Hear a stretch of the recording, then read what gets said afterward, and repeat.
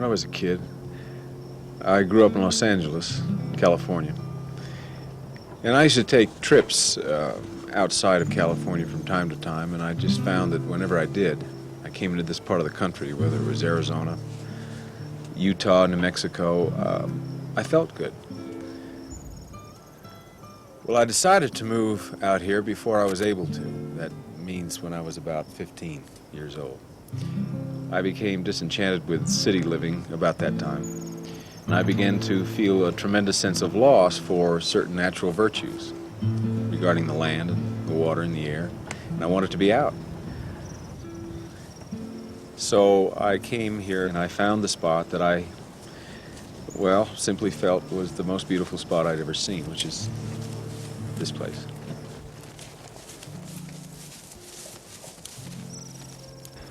Well, in the time that I've been living here, I've had the opportunity to hear stories about what existed in through this country. And when I say this country, I mean really the 4 to 6 state region in through the mountains.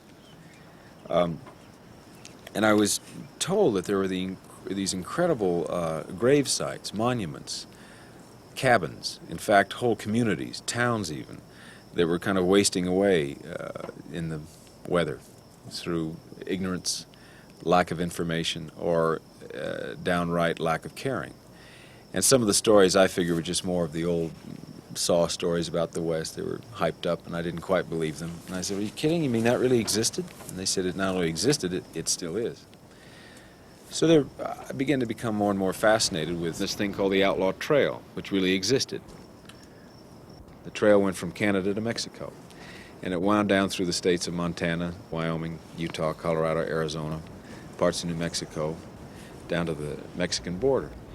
It was used by the outlaw gangs as an escape route from the law during the 1800s. Now, different gangs used different parts of the trail. Over the years, they discovered the water holes and the hideouts all along these hundreds of miles of pretty desolate countryside. And they passed the information on to other outlaws. I felt it was just a matter of time before it would all be gone, and I at least wanted to see it for myself, if not for my kids, because I didn't think they'd have the opportunity too much longer. So I began to investigate it a little bit and found that indeed there were these places. One man, Butch Cassidy, saw how the trail could be used and organized into one large escape system. And there was one occasion where he brought together all the key characters of the time to form what became the most famous gang in the history of the West. That was the Wild Bunch. They were pretty colorful and varied as far as villains go. There was Flat-Nosed Curry, who was the original leader of the Hole-in-the-Wall gang, which subsequently became the Wild Bunch. Matt Warner, who had ridden with Cassidy for more than 10 years. And Elza Lay, who was a quiet man but a brilliant planner and strategist for the gang. Harvey Logan, who was the meanest of the bunch. He was also known as Kid Curry, he was the guy who challenged Cassidy for general leadership of the Wild Bunch, but failed. And Harry Longbaugh, who was the Sundance Kid. As to what kind of a person the Sundance Kid really was, I don't know that anyone really knows. It's pretty well documented that he was a fast shot, and that he kind of enjoyed killing people of violent nature, no dummy, and that's about it. Hey, kid. Hey, kid, how good are you?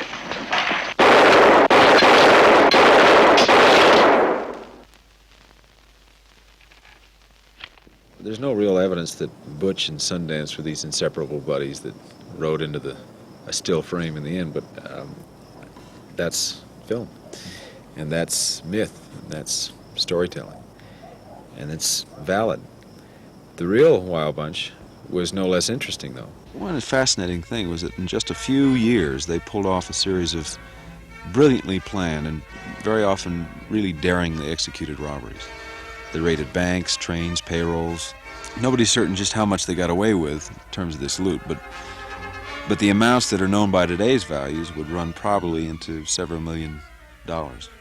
They kept ahead of the sheriff's posses and Pinkerton agents because they knew the terrain better. And probably most important of all, they made deals with friendly ranchers all along the trail to have fresh horses ready every few miles. So if you had a robbery in Laramie, Wyoming, and you wanted to get to Winnemucca, Nevada, which by normal conditions would be about a 12 to 13-day ride. They were able to make it in 8 days. Therefore, when they were seen in Winnemucca, Nevada, 8 days later, they were able to say, well, what robbery in Laramie? How could we have gotten here that fast? You know, it worked. So that expanded, and therefore that route that they took, getting away, they developed. So they would use like hollowed out tree trunks along the way. There were signposts along the way. There were meeting places along the way. There was codes and signals that they had for one another. And if they wanted to pass messages back and forth to one another, why, they would very often use a hollowed out tree trunk that only they knew about. And that's where they put a stash of some kind. So we decided that since that's the way they did it, that's the way we would do it. So in 1975, a group of us set out to discover just what remained of the Outlaw Trail.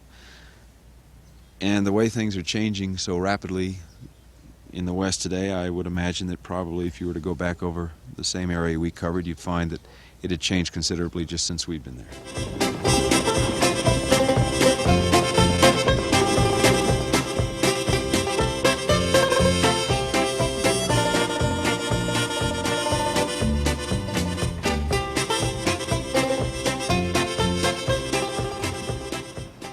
There were 3 main way stations along this trail, as I said, that went from Canada to Mexico. Way stations were those areas where the outlaws would all congregate in literally a social order. An encampment that would have maybe, at one time 500 people, as many as 500 people.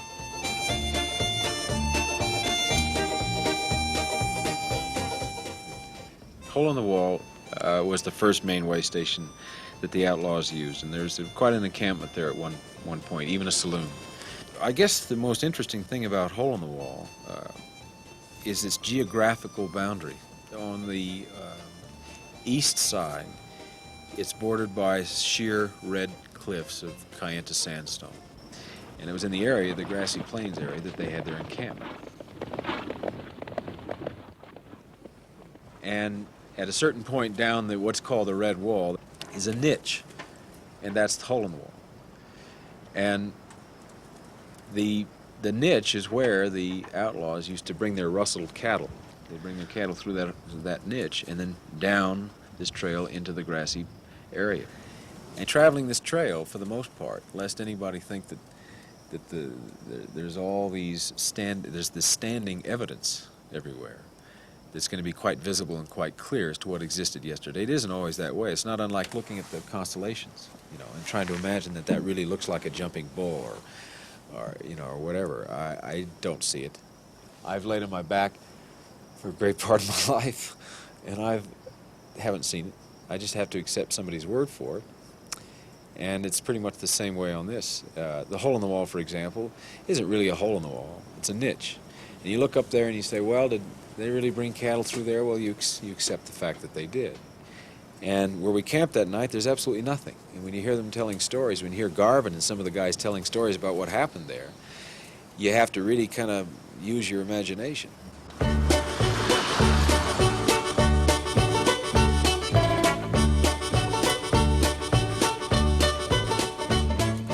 Garvin Taylor, he's lived in Hole in the Wall for most of his life.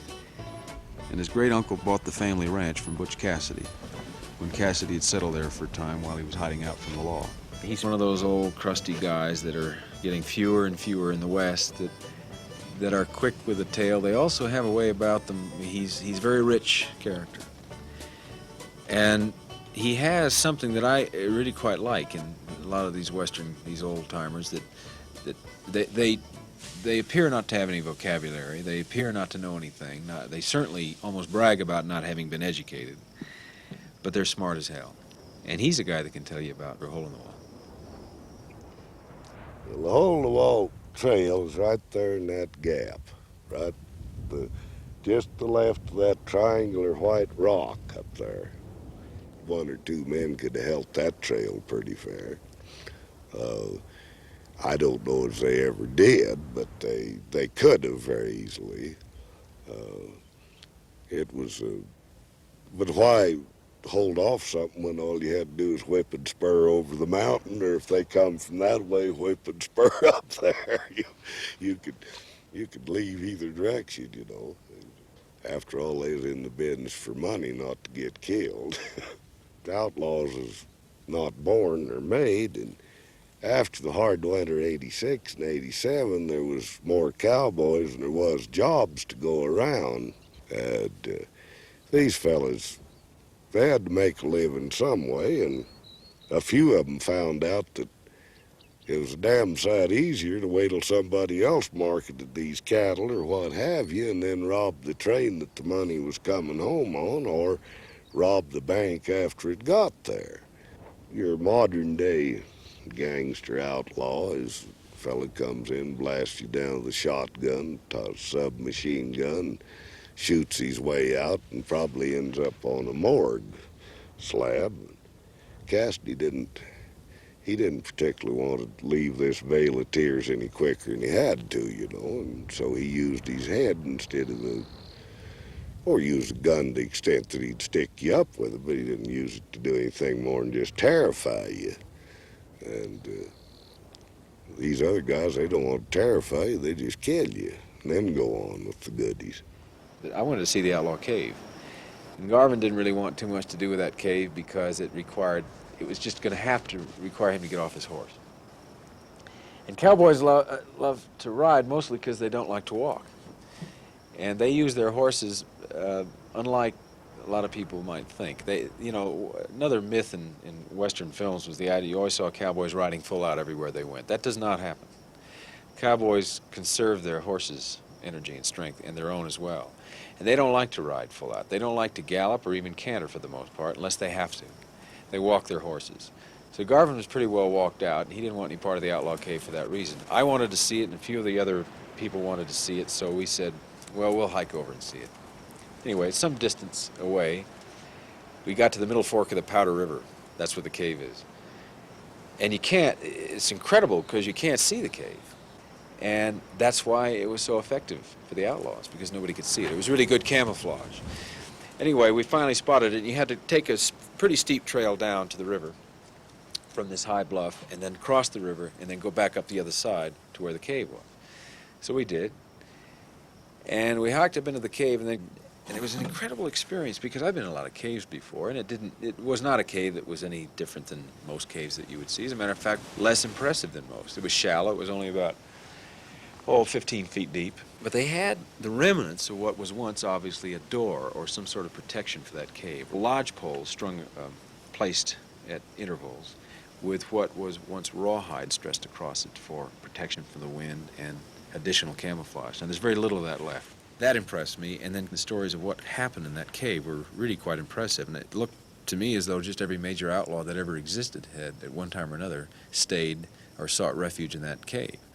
One of the meanest, named Harvey Logan, he was one of the Wild Bunch, and he was fleeing from some robbery or something, and somebody got off a lucky shot. They were pursuing him, and he'd crossed the river and was trying to get up to the cave, and somebody got off a lucky shot and got him.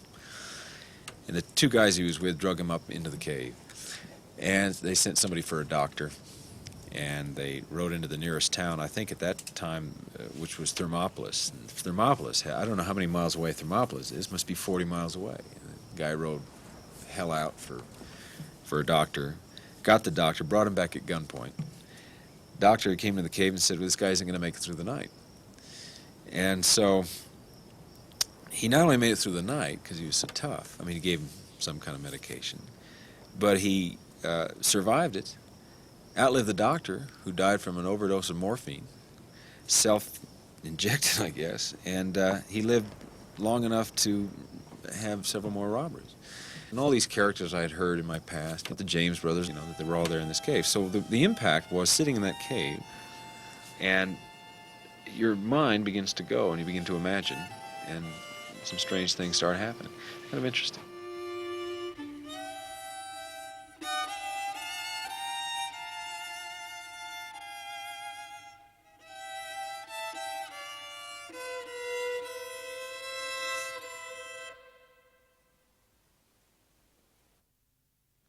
Anyway, we went from there.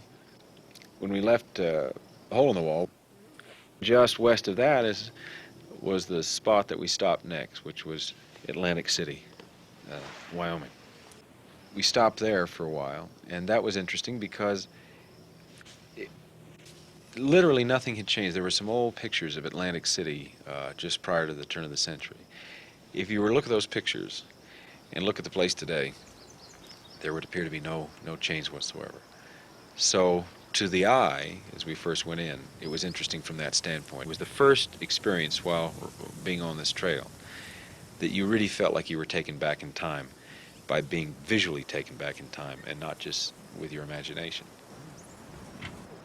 Atlantic City was, famous as a mining town, but also had Calamity Jane lived there for a while.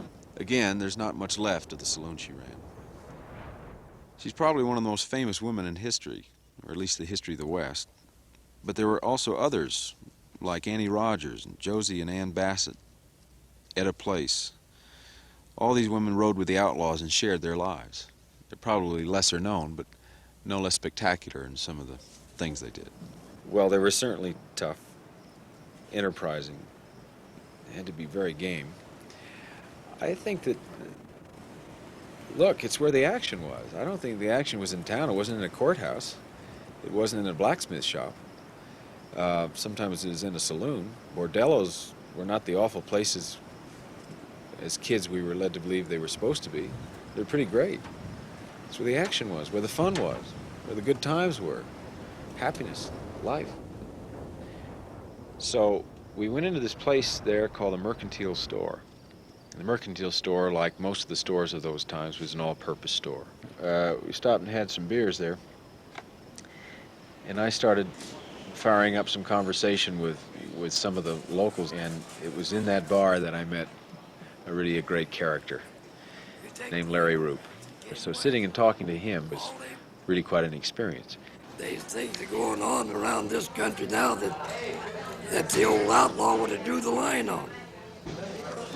They've got to try to get a gun law through, take guns away from people. How about these big knives? I can show you something. Took a knife away from a man named Nickby all the way down through my hand. I busted his damn jaw for it. Well, we went from there to South Pass City, which is really right on the Continental Divide. And the thing about South Pass City that was interesting was that it is perfectly preserved the way it was. It's like a Western, Hollywood Western set. The old saloon, the old hotel, it had the general delivery store, the post office, the jail. It's all perfectly preserved the way it was then, or as near as it can be. The unsettling part about it was the deep nostalgia that you felt, or at least that I did, because as you look at it today, there's nothing. And I think about the characters that came through there, along with the advent of the railroad. When the railroad came through, everybody came with it. The gold prospectors, the miners, the merchants coming from the east, waiting to capitalize on whatever development went on. And it all kind of came to a boil right there in South Pass City. And you could feel it. Walking through these rooms, you could just somehow feel that sensation. Because everything's been kept intact. Poker chips on the table, glass, shot glasses. And before long, I begin to almost feel the kind of the raucous times before.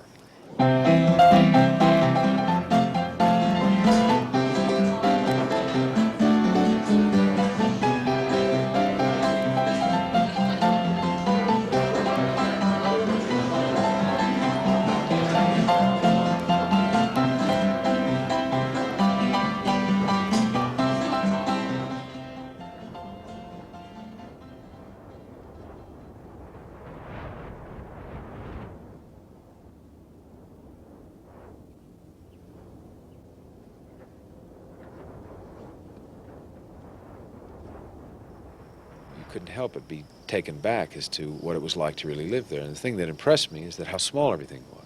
The stairways going up were just very, very narrow. The rooms were so small. And particularly the honeymoon suite. I don't know what honeymoons were like then, but you had to wonder about it. Because if the town was as wild as they said it was certainly no place for a honeymoon. But then again, I don't know what they did in those days. The jail was incredibly small. I went in and I couldn't conceive of being there more than 15 minutes without going stark raving mad.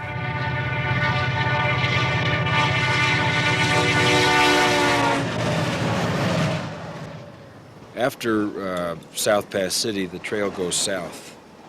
After about 100 miles, it crosses the Union Pacific Railroad near the town of Wilcox, Wyoming. And it was near Wilcox that the Wild Bunch pulled off one of their, really their most famous train robberies. It's also one of the most colorful, even by their own standards. It was the basis for one of the scenes in the movie Butch Cassidy when they slightly miscalculated how much dynamite they need to blow up the safe in the train. Well, that ought to do it.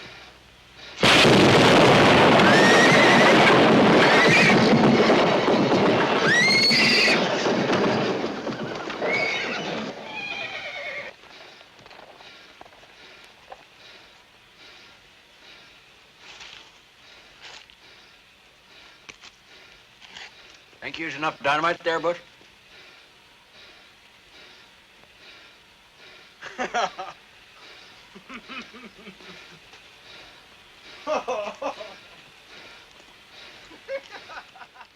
Well, it really happened. There were thousands of dollars that got blown into the air, and the mail coach was completely wrecked. Although some of the money was recovered, it would have to be considered something of a fiasco. To escape the posses that were after them, the gang split up, and some went north up to Hole in the Wall, and the others headed down south to what was the next main hideout on our route, Browns Park. Browns Park had probably the greatest community of any of the three way stations along the way. It had the most people in it. It was accessible from many different ways. It was the confluent part of the trail where all the tributaries and the main stem combined at one point. And the whole 50-mile square area straddles the states of Utah, Wyoming, Colorado. And that fact made law enforcement difficult. It was a perfect geographical location because it was a kind of an oblong-shaped basin surrounded by mountains with the Green River dissecting it through the middle. So they had water, they had feed, they had protection from the mountains. And it was a natural, you know. Browns Park was one of the most dangerous parts of the West. I don't think anyone lived too long in the park. I think it was a character there who died in 1886 named Judge Parsons. He died of a heart attack. And somebody said, hooray, that's the first natural death we've had in 40 years in the park. Now, this at one time was a thriving community, but there's little sign of that now. Some of the old cabins and corrals still stand, but they're gradually just crumbling away. But all over the park, you can find the graves, most of them unmarked, that were evidence of this period, this violent period in the park's history. And I did see the remains of the old Bassett Ranch, which was considered to be the center of Browns Park community. The old ranch house used to stand in the trees, and that also happens to be the place where one of the members of the Wild Bunch, a guy named Jack Bennett, was taken up by a lynch mob, dragged down to the corral nearby to the gate post that's there by the ranch, where they hanged him. And that's still there, and then just about 20, 30 miles away is Cassidy Point. This is where hundreds of outlaws congregated, and I think it was around 1897, while Cassidy and the leaders of the gangs met in a cabin that was underneath this overhang. And it was there that the Wild Bunch was formed. Just over the river from Cassidy Point is Jarvie's Store, which was a store built by an old Scotsman who came to the park and supplied the outlaws with their provisions for years and years. At the end of the Browns Park experience, we had to move on to the next spot, which was a place called Little Hole. And geographically, it's kind of hard to explain, but there's the Browns Park, which is this basin. And it's almost completely surrounded by mountains, so that it's like a big bowl. We had to go over a little pass to get to Little Hole. And there was some debate as to whether it was 16 miles or whether it was something like 8 miles. We didn't have any survival gear. So it was kind of important to know just exactly how much it was. So we hiked on up through this pass, and of course I didn't exactly know where I was going. So there was a little tension going. And lights started to fade, and there was no visible signs of getting to Little Hole. And It was always at times like that that I really appreciated the ingenuity of these outlaws. You know, they covered great distances and had built-in compasses for where they were going and how far they could go and under what elements. Not knowing whether you had picked the right trail, whether you were going in the right direction, they just had to make it. So there were some tight-jawed minutes there for a while, and I remember the absolute joy of looking down through a cut and seeing the green of the river down below, and I knew that we were going to be all right.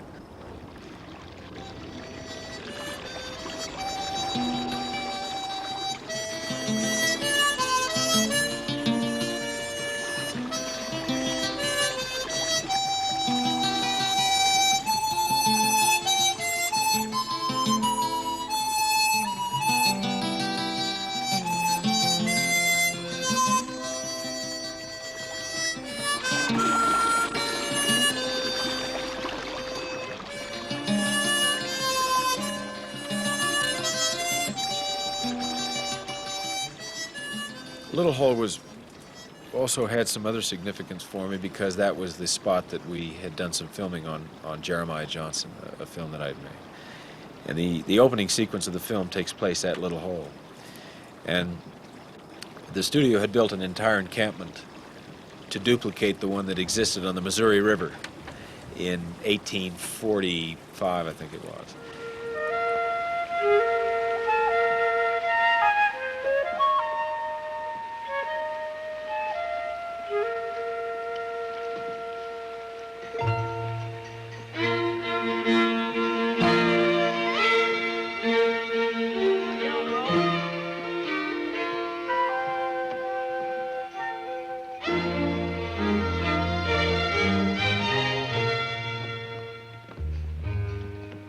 His name was Jeremiah Johnson.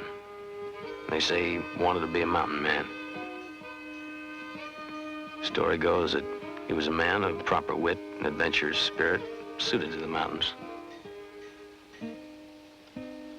Nobody knows whereabouts he come from, and don't seem to matter much. He was a young man, and ghosty stories about the tall hills didn't scare him none. He was looking for a Hawken gun, 50 caliber or better. He settled for a 30, but damn, it was a genuine Hawken. You couldn't go no better. Bought him a good horse and traps and another truck that went with being a mountain man, and just said goodbye to whatever life was down there below. Just where is it I could find bear, beaver, and other critters worth cash money when skinned? Ride due west as the sun sets. Turn left at the Rocky Mountains.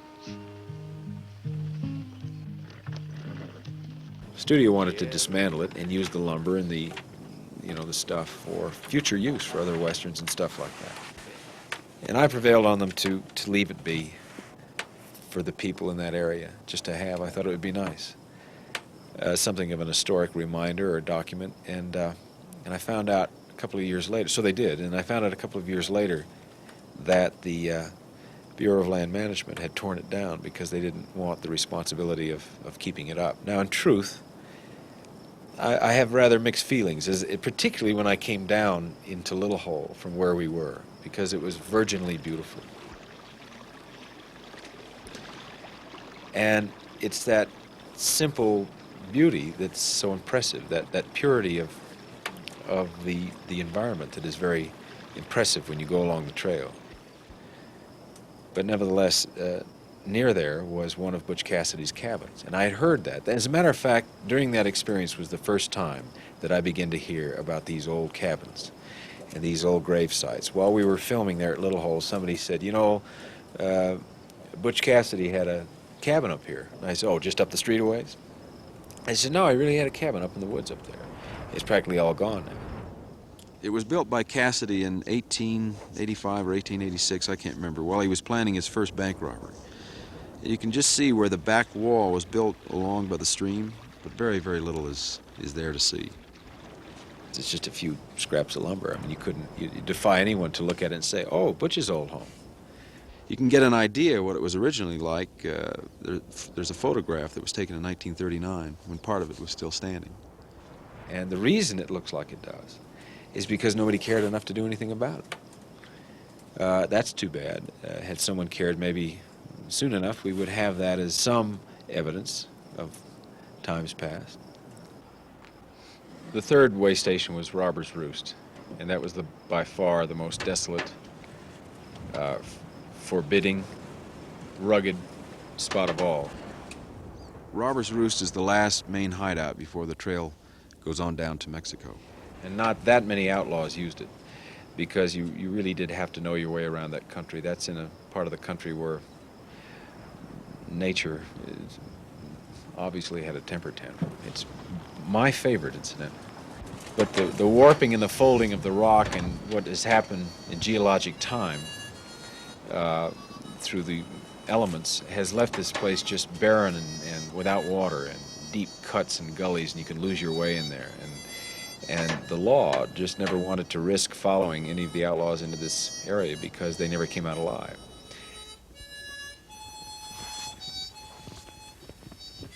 When I visited the Roost, I met up with two characters who, for me, embodied as much as anybody I've met some of the great character and tradition of the past.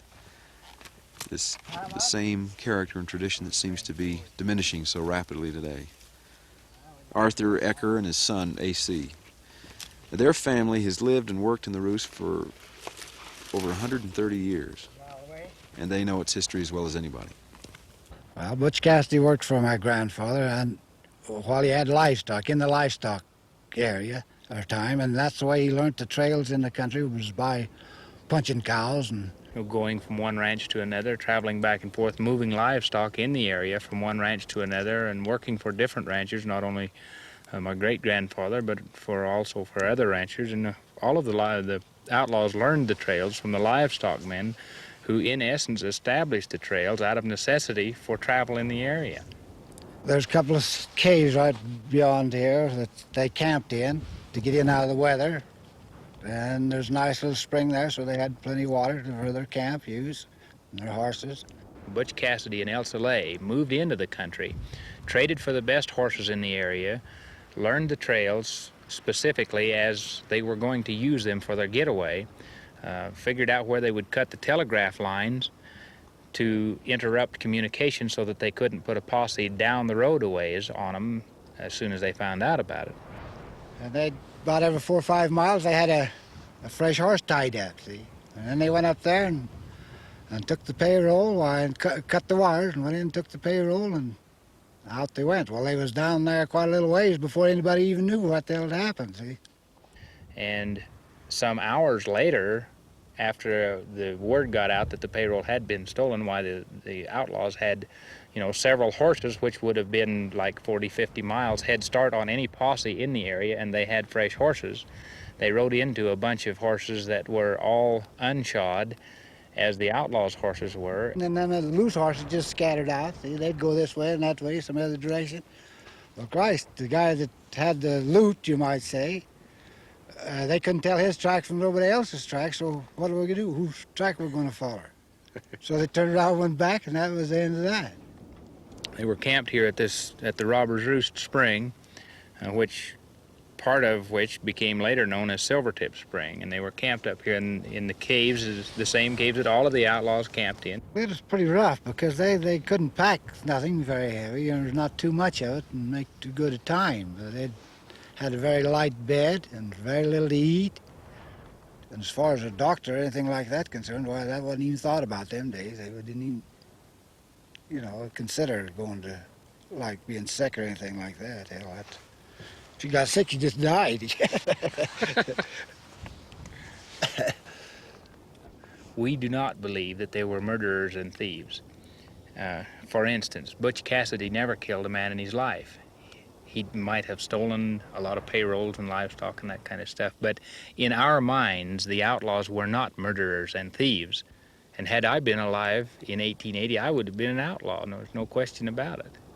The people in this area regarded the outlaws more of Robin Hoods than they did actually as outlaws or bandits or something like that. The outlaws would go to some other country and steal good horses or money or something and come back and spend their good money or trade their good horses or whatever, and it was a kind of a jolly thing to the local people.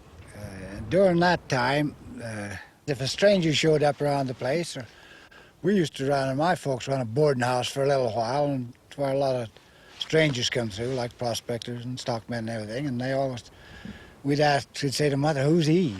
She'd always say, well, don't you, that's none of your business. You don't know nothing about him, don't ask him no questions, no nothing like that, because we don't know who he is, and they ain't supposed to care.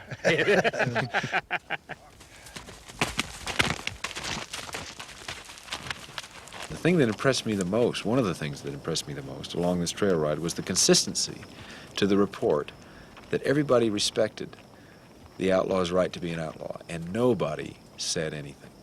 And one of the ways of confounding the law was to simply say, I don't know. I don't know where they didn't come through here. Or, you know, they went that way. I think that's where it comes from. They hid them out, they protected them, they played dumb, they helped them. And so there was a kind of an affection that existed between the outlaws and the ranchers. That's a part of our history, that's a part of our heritage. And it's going fast. And unless we do something soon, we're only going to have books and movies to rely on. And that's not good enough, for me anyway. And I think that there's a great deal, I sense around here in particular, that there's real interest to our history.